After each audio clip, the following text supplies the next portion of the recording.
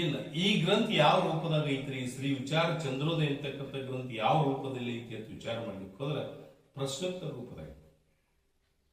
ಕೆಲವು ಏನಿರ್ತಾವ ಗ್ರಂಥಗಳನ್ನ ಗದ್ಯ ರೂಪದಾಗ ಬರಕೋತ ಹೋಗ್ಬಿಡ್ತಾರ ಅವ್ರು ಎಲ್ಲ ವಿಷಯ ಇರ್ತಾರೆ. ಆದ್ರೆ ಇಲ್ಲಿ ಹಂಗಿಲ್ಲ. ಪಂಡಿತ್ ಪಿತಾಂಬಜಿಯವರು ಏನ್ ಮಾಡ್ಯಾರೆ, ಪ್ರಶ್ನೋತ್ತರ ರೂಪದಲ್ಲಿ ಏನ್ ಮಾಡ್ತಾರ ಅವರು ಗ್ರಂಥವನ್ನ ನಿರೂಪಣೆ ಮಾಡ್ತಾರೆ. ಹೆಂಗಂದ್ರೆ ಈ ಶ್ರೀ ವಿಚಾರ ಚಂದ್ರೋದಯದ ಮೊದಲೇ ಪ್ರಶ್ನೆ ಏನು ಅಂತಂದ್ರೆ ಪುರುಷಾರ್ಥ ಎಂದರೇನು. ಪ್ರಶ್ನೆ ಅಂತ ಎದಕ್ಕೆ ಅನ್ಬೇಕು? ಪ್ರಶ್ನೆ ಅದಕ್ಕೆ ಅನ್ಬೇಕ್ರಿ, ಜಿಜ್ಞಾಸು ವಿಷ್ಕರಣ ಪ್ರಶ್ನೆ. ತಿಳಿಬೇಕಂತಕ್ಕಂಥ ಇಚ್ಛೆಯನ್ನ ವ್ಯಕ್ತ ಮಾಡೋಕೆ ಏನ್ ಅನ್ಬೇಕ್ರಿ? ಪ್ರಶ್ನೆ. ಉತ್ತರ ಅಂದ್ರೆ ಎದಕ್ಕೈತಿ? ಪ್ರಶ್ನೆ ನಿವೃತ್ತಿ ವಾಕ್ಯಂ ಉತ್ತರ. ಪ್ರಶ್ನೆ ನಿವೃತ್ತಿ ಮಾಡ್ತಕ್ಕಂಥ ವಾಕ್ಯಗಳಿಗೆ ನಾವು ಉತ್ತರ ಅಂತ ಹೇಳ್ತೇವೆ. ಹಂಗಿಲ್ಲಿ ಪ್ರಥಮದಲ್ಲಿ ಪ್ರಶ್ನೆ ಅದಕ್ಕೆ ಯಾವ ಪ್ರಶ್ನೆ ಮಾಡಿದ್ರಿ ಅಂದ್ರೆ ಪುರುಷಾರ್ಥ ಎಂದರೇನು. ಯಾವ್ದ್ರೆ? ಪುರುಷಾರ್ಥವೆಂದರೇನು. ಹೌದಿಲ್ಲ? ನೀವು ಪುರುಷಾರ್ಥ ನೀವು ಸಂಧಿನೂ ಹೇಳ್ಬೋದು. ಪುರುಷ ಅರ್ಥ ಹೇಳ್ಕೊಡಿ, ಪುರುಷಾರ್ಥ ಹಿಂಗ ಹೇಳ್ತಾರೆ. ಈ ಪ್ರಶ್ನೆಗೆ ಏನು ಉತ್ತರ ಕೊಡ್ತಾರೋ ಅಂತಂದ್ರೆ ಅವರು ಸರ್ವ ಪುರುಷರ ಇಚ್ಛೆಗೆ ವಿಷಯವಾದದ್ದು ಪುರುಷಾರ್ಥವೆನಿಸುತ್ತದೆ. ಏನಂತಾರೆ? ಅದಕ್ಕೆ ಪುರುಷಾರ್ಥವೆನಿಸುತ್ತದೆ ಅಂತ ಹೇಳ್ತಾರೆ.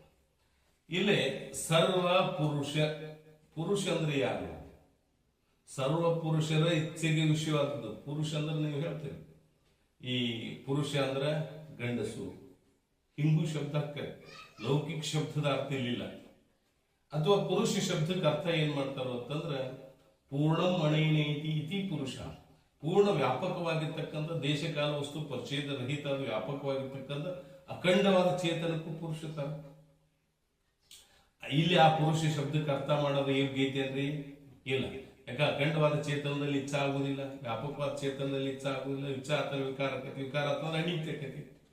ಅದು ಅಲ್ಲ ಸಹಿತ ಪುರುಷಾತ್ಮ ಅಂತ ಯಾರಿಗೆ ಅನ್ಬೇಕು ಅಂತಂದ್ರೆ ಹೇಳ್ತಾರವರು ಪುರವನ್ನ ಅರಿಯತಕ್ಕಂಥ ಪುರುಷ. ದೇಹ ರೂಪ ಅಥವಾ ಶರೀರ ರೂಪ ಪುರದಲ್ಲಿ ಯಾರು ಅರಿತಾರ ಅವ್ರಿಗೆ ಏನನ್ಬೇಕ್ರಿ? ಪುರುಷ. ಯಾರು ಪುರುಷರು? ಆತ್ಮ ಪುರುಷ ಶಬ್ದ. ಒಂದು ವೇಳೆ ಆತ್ಮಗೆ ನಾವು ಪುರುಷ ಶಬ್ದದ ಅರ್ಥ ಮಾಡಿದೀವಿ ಅಂದ್ರೆ ಇಲ್ಲಿ ಆತ್ಮನಲ್ಲಿ ವಿಕಾರ ಚಾಲು ಆಕೈತಿ.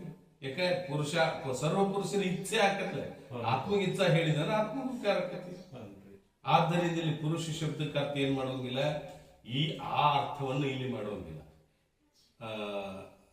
ವಿದ್ಯಾವಾಚಸ್ಪತಿ ಶ್ರೀ ಶಂಭುಲಿಂಗಮ್ಮ ಸ್ವಾಮೀಜಿಯವರು ಅಪ್ಪಾಜಿಯವರು ಹೇಳ್ತಾರೆ, ಇದನ್ನ ಬಹಳ ವಿಮರ್ಶೆ ಮಾಡ್ತಾರೆ ಪುರುಷಾರ್ಥ ಬಗ್ಗೆ. ಮತ್ತೆ ಪುರುಷ ಅಂದ್ರೆ ಯಾರಿಗೆ ಅನ್ಬೇಕು ಅಂದ್ರೆ ಸಾಧು ನಿಶ್ಚಂದಾಚಾರ್ಯ ವಿಚಾರ ಸಾಗರದಾಗ ಹೇಳ್ತಾರೆ ಜೀವಿಗಳಿಗೆ. ಸರ್ವ ಜೀವಿಗಳಿಗೆ ನಾವು ಪುರುಷ ಶಬ್ದಕ್ಕೆ ಅರ್ಥ ಮಾಡಬಹುದು. ಅಥವಾ ಸರ್ವ ಲಕ್ಷಣ ಸಂಗ್ರಹದಲ್ಲಿ ಏನ್ ಹೇಳ್ತಾರೆ ಅಂದ್ರೆ ಪುರುಷಾರ್ಥ ಸಂಪಾದನೆ ಯೋಗ್ಯತ್ವ ಪುರುಷ. ಯಾರ ಪುರುಷಾರ್ಥ ಸಂಪಾದನೆ ಮಾಡಿಕೊಳ್ಳಕ್ಕೆ ಯೋಗ್ಯ ಇರದಾರೋ ಅವ್ರಿಗೆ ಏನ್ ಬೇಕ್ರೆ? ಪುರುಷಾರ್ಥರು. ಅಥವಾ ಸರ್ವ ಜೀವಿಗಳಿಗೆ ಪುರುಷಾರ್ಥರು. ಇಲ್ಲಿ ಆ ಜೀವಿಗಳಲ್ಲಿ ಬೇರೆ ಮಾಡೋದು, ಸರ್ವ ಜೀವಿಗಳಿಗೆ ಪುರುಷಾರ್ಥ. ಒಂದ್ ವೇಳೆ ಸರ್ವ ಜೀವಿಗಳಿಗೆ ನಾವು ಪುರುಷಾರ್ಥ ಅಂದ್ರೆ ಅವ್ರಿಗೆಲ್ಲ ಪುರುಷಾರ್ಥ ಪ್ರಾಪ್ತಿ ಆಕತಿ ಅಲ್ರಿ? ಆಗುದಿಲ್ಲ. ಅದಕ್ಕೆ ಏನ್ ಮಾಡ್ಬೋದು ಅಂದ್ರೆ ನೀವು ಸ್ವಲ್ಪ ಇನ್ನಟ್ಟು ವಿಚಾರ ಮಾಡ್ಲಿಕ್ಕೆ ಹೋದ್ರೆ ಪುರುಷಾರ್ಥ ಸಂಪಾದನೆ ಯೋಗ್ಯತ್ವ ಪುರುಷ. ಯಾರು ಪುರುಷಾರ್ಥ ಸಂಪಾದನೆ ಮಾಡ್ಕೊಳಕ್ ಯೋಗ್ಯ ಇರದಾರೋ ಅವ್ರಿಗೆ ನಾವು ಪುರುಷರು ಅಂತ ಹಿಂಗ್ ಬರ್ತಾವ. ಇಲ್ಲಿ ಸರ್ವ ಪುರುಷರ ಇಚ್ಛೆಗೆ ವಿಷಯವಾದದ್ದು ಎಷ್ಟು ಜೀವಿಗಳು ಅಥವಾ ಎಷ್ಟು ಪುರುಷರಿಗೆ ಅಂದ್ರೆ ಎಲ್ಲ ಜೀವಿಗಳಿಗೆ ಇಚ್ಛೆಗೆ ವಿಷಯ. ಸರ್ವ ಅಂದ್ರೆ ಎಲ್ಲರೂ, ಎಲ್ಲ ಜೀವಿಗಳು ಅಂತ ಹಿಂಗ ನಾವು ಅರ್ಥ ಮಾಡಿದ್ರೆ ಎಲ್ಲ ಜೀವಿಗಳಿಗೆ ಏನಾಗೈತ್ರಿ? ಇಚ್ಛೆಗೆ ವಿಷಯವಾದದ್ದು. ಇಚ್ಛಾ ಅಂದ್ರೆ ಹೇಳಿದ್ರು ಕಾಮನಾ ರೂಪ ರಜೋಗುಣ ವೃತ್ತಿ ಇಚ್ಛೆ. ಅಂದ್ರೆ ಇಚ್ಛಾ ಅಂದ್ರೆ ಏನಾಗಿರ್ತೈತ್ರಿ ಅಂತಂದ್ರೆ ಎಲ್ಲರಲ್ಲಿ ಏನಾರ ಒಂದು ಬೇಕು, ಪಡ್ಕೋಬೇಕಂತಕ್ಕಂಥ ಇಚ್ಛೆ ಎಲ್ಲರಲ್ಲೇ ಐತಿ. ಪಶುಪಕ್ಷಿ ಮೊದಲು ಮಾಡಿಕೊಂಡು ಸರ್ವ ಪುರುಷರಲ್ಲಿ ಇಚ್ಛಾ ಐತಿ.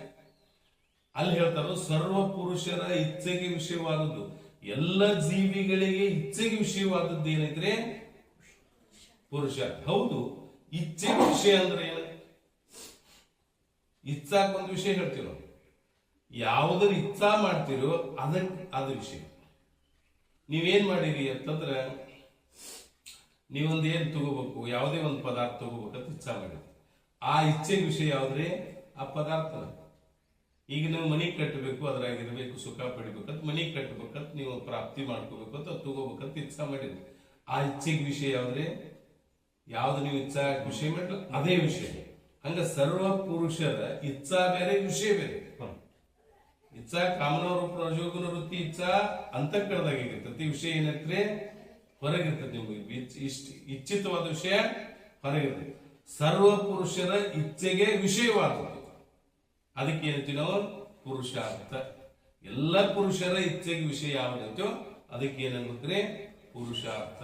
ಅಂದ್ರೆ ಯಾರಿಗೆ ಅದು ಇಚ್ಛೆ ಆಗದೇ ಇರಬಾರ್ದು. ಒಬ್ಬರಿಗೆ ಆದದ್ದು ಎಲ್ಲರಿಗೆ ಆಗಕ್ಕೆ ಸಾಧ್ಯ ಏನೈತೆ ಅನ್ನಂದ್ರೆ ಆ ಸಾಧ್ಯ ಐತೆ ಅನ್ನೋ ಮಾತನ್ನು ಹೇಳ್ತಾರೆ. ಎಲ್ಲರಿಗೆ ಅದೇ ಇಚ್ಛೆ ಉಂಟಾಗೈತಿ ಅನ್ನೋ ಮಾತನ್ನು ಹೇಳ್ತಾರೆ. ಇಲ್ಲೇನಂದ್ರೆ ಸರ್ವ ಪುರುಷರ ಇಚ್ಛೆಗೆ ವಿಷಯವಾದದ್ದು ಪುರುಷಾರ್ಥ. ಇನ್ನು ಪುರುಷಾರ್ಥ ಕಲ್ಲವಿನ ಟಿಪ್ಪಣಿ ಹೆಂಗ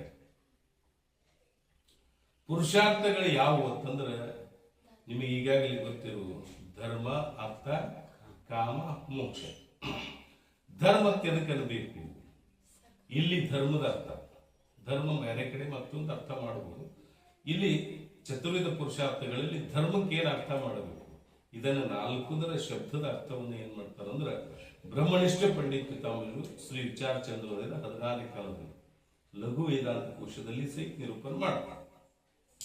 ಇಲ್ಲಿ ಧರ್ಮ ಅಂತ ಎದಕ್ಕೆ ಅನ್ಬೇಕು ಅಂದ್ರೆ ಸಕಾಮ ನಿಷ್ಕಾಮ ಪುಣ್ಯಗೆ ಧರ್ಮವೆನ್ನುತ್ತಾರೆ ಮಾಡ್ತಾರ. ಸಕಾಮ ಕರ್ಮವನ್ನು ಮಾಡ್ತಾರ ಅಥವಾ ನಿಷ್ಕಾಮ ಕರ್ಮವನ್ನು ಮಾಡ್ತಾರ. ಇದಕ್ಕೆ ಏನನ್ಬೇಕ್ರಿ? ಧರ್ಮ. ಇದು ಎಲ್ಲರೂ ಮಾಡ್ತಾರೆ ಇದನ್ನ ಇಲ್ಲ. ಕೇವಲ ಏನ್ ಮಾಡ್ತಾರೋ ಧರ್ಮವಂತರು ಅಷ್ಟೇ ಮಾಡ್ತಾರ, ಉಳಿದವ್ರು ಮಾಡುವುದಿಲ್ಲ. ಎಲ್ಲರಿಗೆ ಆಗುದಿಲ್ಲ. ವೈರಾಗ್ಯವಂತರಿಗೆ ಸಕಾಮ ನಿಷ್ಕಾಮ ಕರ್ಮ ಸಹಿತ ಅವರು ಮಾಡುವುದಿಲ್ಲ. ಸರ್ವ ಪುರುಷರ ವಿಷಯ ಈ ಧರ್ಮ ಅರ್ಥ ಆಕೈತಿ ಏನಂದ್ರೆ ಆಗುದಿಲ್ಲ. ಧರ್ಮ ಅರ್ಥ ಇಹಲೋಕ ಪರಲೋಕ ಭೋಗದ ಸಾಧನವಾದ ವಿಷಯಗಳು. ಇಹಲೋಕ ಪರಲೋಕ ವಿಷಯ ಇವಕ್ಕೆ ನಾವು ಅರ್ಥ ಅಂದ್ರೆ ನೀವೇನ್ ಹೇಳ್ತೀವಿ? ದನ ಕನಕಾದಿಗಳು ಹೇಳ್ತಿಲ್ಲ, ಭೋಗ ಸಾಧನಗಳಿಗೆ ಅರ್ಥ ಅಂತಾರೆ. ಈ ಲೋಕದ ಭೋಗರಾಗಲಿ ಪರಲೋಕದ ಭೋಗ. ಈ ಭೋಗದ ಏನು ಸಾಮಗ್ರಿಗಳದಾವ ವಿಷಯಕ್ಕೆ ನಾವೇನಂತೀವಿ ಅರ್ಥ. ಇದನ್ನ ಪಡ್ಕೋಬೇಕಂತಕ್ಕಂಥ ಇಚ್ಛೆ ಸರ್ವರಿಗೆ ಆಕೈತಿ ಅಂದ್ರೆ ಇದು ಸರ್ವರಿಗೆ ಆಗುದಿಲ್ಲ. ಯಾಕೆ ಆಗುದಿಲ್ಲ? ಭೋಗ ನಿವೃತ್ತಿ ಹೊಂದಿರತಕ್ಕಂಥ ವೈರಾಗ್ಯ ಪುರುಷರಿಗೆ ಇದರ ಇಚ್ಛೆ ಆಗುದಿಲ್ಲ.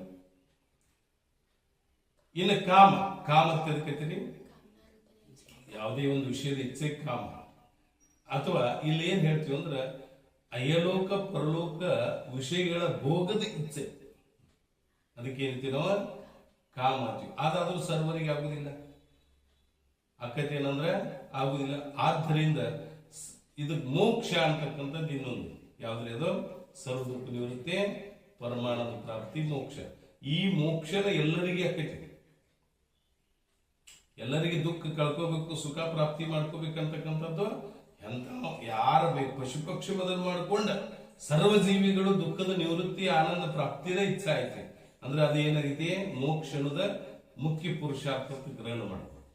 ಈ ಉಳಿದು ಏನಾಗ್ಯಾರಿ 3 ಗೌಣವಾಗಿರುತ್ತೆ. ಅಧಿಕಾರ ಪುರುಷರು ಇವುಗಳನ್ನು ಕೈ ಬಿಡಿ, ಇವುಗಳನ್ನು ಸ್ವೀಕರಿಸದೆ, ಇವುಗಳನ್ನ ಪ್ರಾಪ್ತಿ ಮಾಡಿಕೊಳ್ಳದೆ ಏನ್ ಮಾಡ್ಬೇಕ್ರಿ? ಮುಖ್ಯ ಪುರುಷಾರ್ಥವನ್ನ ಗ್ರಹಣ ಮಾಡತಕ್ಕದ್ದು. ಹೌದು, ಅಲ್ಲಿ ಪುರುಷಾರ್ಥವನ್ನು ಟಿಪ್ಪಣಿ. ಒಟ್ಟಾರೆ ಪುರುಷಾರ್ಥವೆಂದರೇನು ಅನ್ನೋ ಪ್ರಶ್ನೆಗೆ ಅವ್ರ ಉತ್ತರ ಸರ್ವ ಪುರುಷರ ಇಚ್ಛೆಗೆ ವಿಷಯವಾದದ್ದು ಪುರುಷಾರ್ಥ. ಅವಲ್ದ ಸಹಿತ ಈ 4 ಪುರುಷಾರ್ಥ ಅದಾವ. ಇದ್ರ 3 ಗೌಣದವ. ಮುಖ್ಯವಾಗಿರ್ತಕ್ಕಂಥ ಮೋಕ್ಷರು ಪುರುಷಾರ್ಥವನ್ನೇ ಗ್ರಹಣ ಮಾಡತಕ್ಕದ್ದು. ಒಂದರಿಂದ ಎಲ್ಲರಿಗೂ ಮೋಕ್ಷದ ಇಚ್ಛಾ ಆಗೈತಿ ವಿನ ಅದನ್ನ ಬಿಟ್ಟು ಮತ್ತೊಂದು ವಿಷಯದಲ್ಲಿ ಅವ್ರ ಇಚ್ಛಾ ಅದೇ ಆಗಿರುತ್ತೆ, ವಿಷಯದ ನಿಮಿತ್ತ ಪ್ರವೃತ್ತಿ ಇರ್ತಾರೆ. ಈ ರೀತಿಯಾಗಿರ್ತಕ್ಕಂಥದ್ದು ಸರ್ವ ಪುರುಷರಿಗೆ ಯಾವುದರ ಇಚ್ಛೆ ಉಂಟಾಗುತ್ತದೆ? ಎಲ್ಲರಿಗೆ ಒಂದ ಇಚ್ಛಾ ಹೆಂಗಾಕೈತಿ? ಯಾವ್ದಾಗೈತಿ ಅಂತ ವಿಚಾರ ಮಾಡಪ್ಪ ಅಂದ್ರೆ ಎಲ್ಲರಿಗೆ ಏನಾಗೈತ್ರಿ? ದುಃಖ ಕಳ್ಕೋಬೇಕು, ಸುಖ ಪ್ರಾಪ್ತಿ ಮಾಡ್ಕೋಬೇಕು.